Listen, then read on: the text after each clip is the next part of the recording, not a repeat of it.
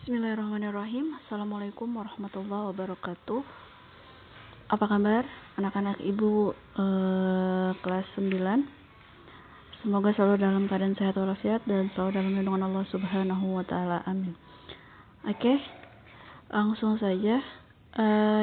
Hari ini dalam pelajaran fikih, silakan dibuka buku paket kalian halaman 72.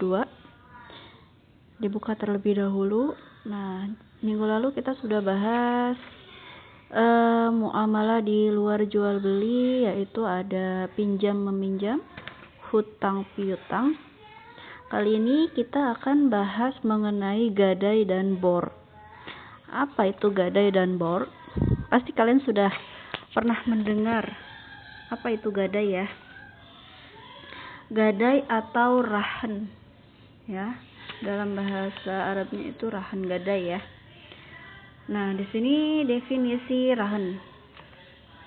Tahu pengertian gadai. Ya, kita bahas terlebih dahulu tentang gadai.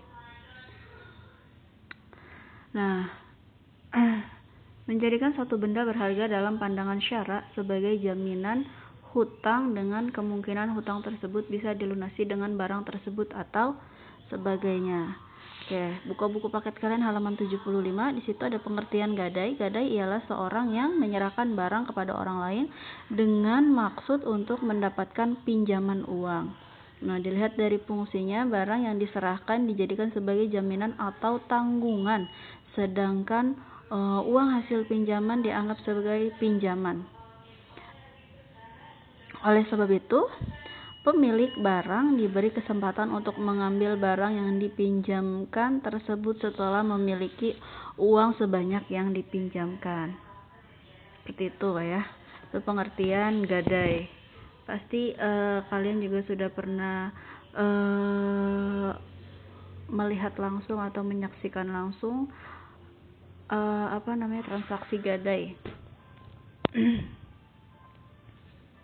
Nah, di sini dasar hukum gadai.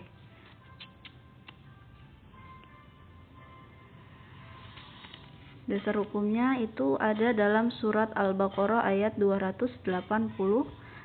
Jika kamu dalam perjalanan dan bermuamalah secara tidak tunai, sedang kamu tidak memperoleh seorang penulis, maka hendaklah ada barang tanggungan yang dipegang oleh yang berpiutang. Nah, di situ.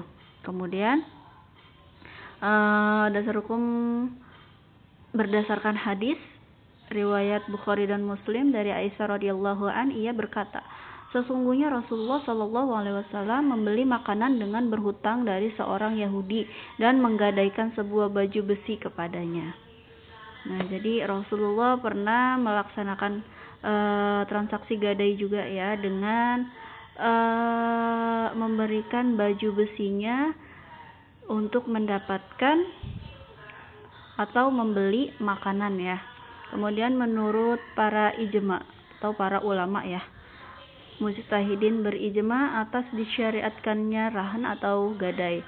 Jadi para ulama juga membolehkan. Jadi dasar hukum gadai ini yaitu mubah atau jaiz.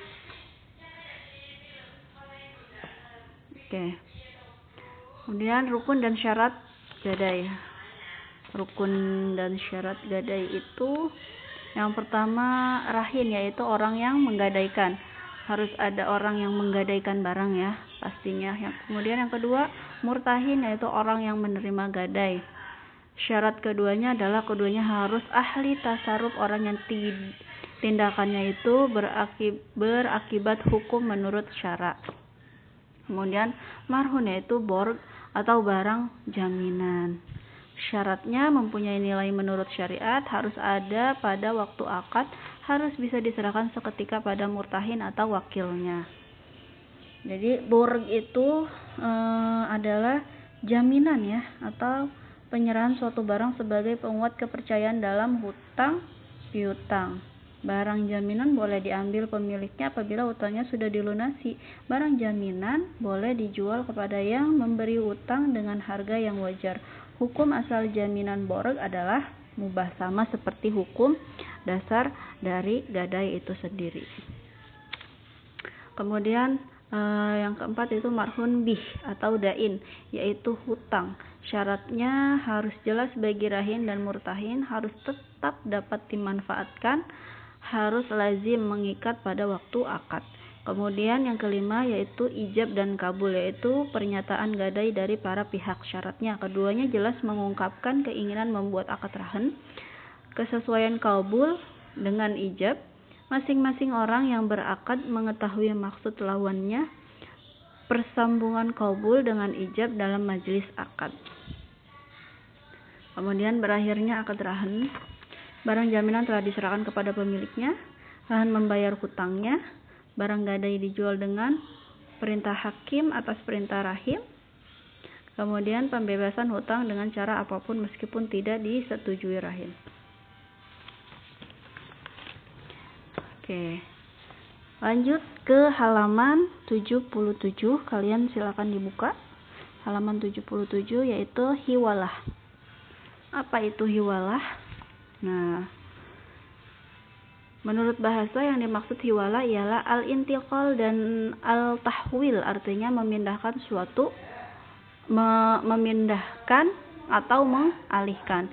Nah, sedangkan menurut syara, pengertian hiwalah menurut syara istilah para ulama mendefinisikan antara lain sebagai berikut. Yang pertama, menurut Hanafi, yang dimaksud hiwalah adalah memindahkan tagihan dari tanggung jawab yang berhutang kepada yang lain yang punya tanggung jawab kewajiban pula.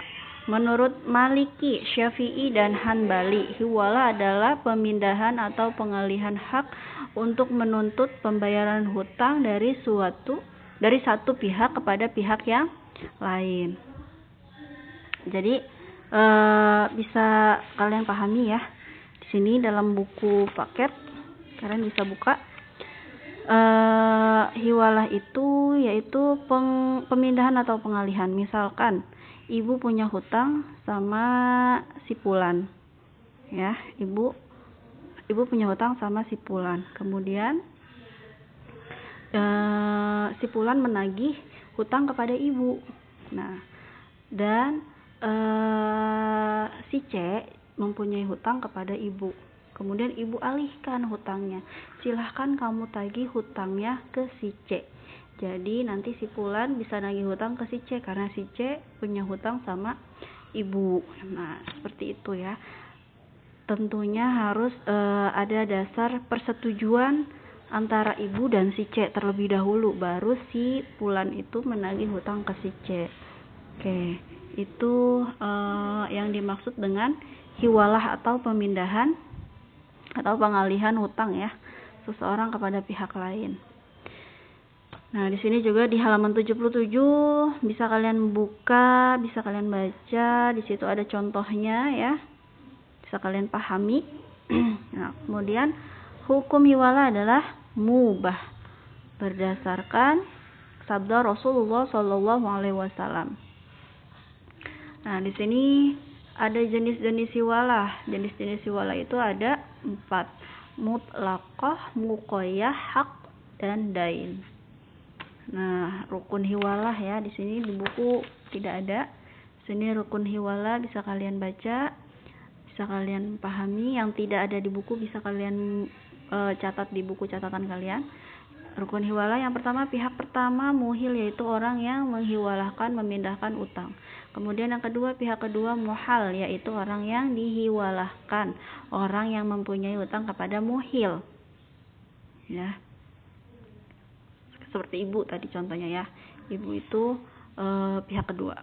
Kemudian pihak ketiga, muhal alai, yaitu orang yang menerima hiwalah. Ada piutang muhil kepada muhal, ada piutang muhal alai kepada muhil, ada sigot hiwalah. Kemudian syarat hiwalah, ada kerelaan muhil, orang yang berhutang dan ingin memindahkan hutang.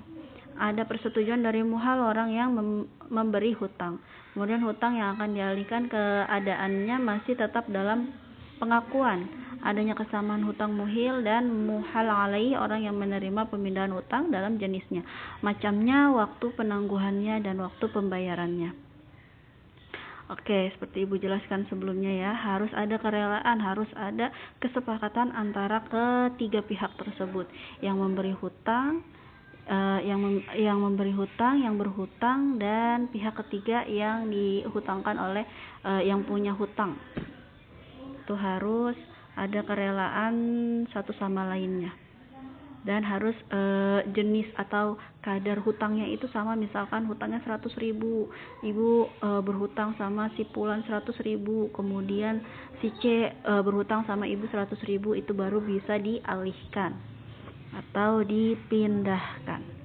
Nah, hiwala ini disyariatkan oleh Islam dan dibolehkan olehnya karena adanya maslahat, butuhnya manusia kepadanya, serta adanya kemudahan dan bermuamalah dalam hiwala juga terdapat bukti sayang kepada sesama.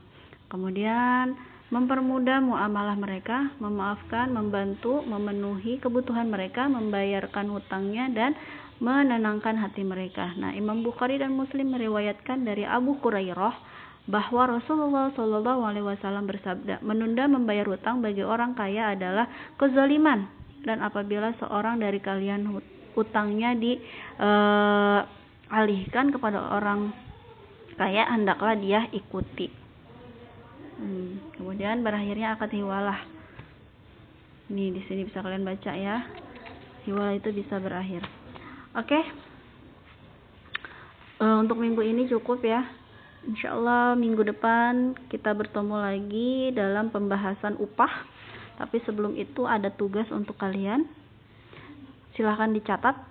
Tugas yang pertama yaitu tuliskan surat Al-Baqarah ayat 283. Kemudian yang kedua, kaji dan simpulkan kandungan surat tersebut. Yang ketiga, beri contoh pelaksanaan gadai dalam kehidupan masyarakat. Yang keempat, Pak Ahmad menggadaikan sepeda motor kepada Pak Ali. Masa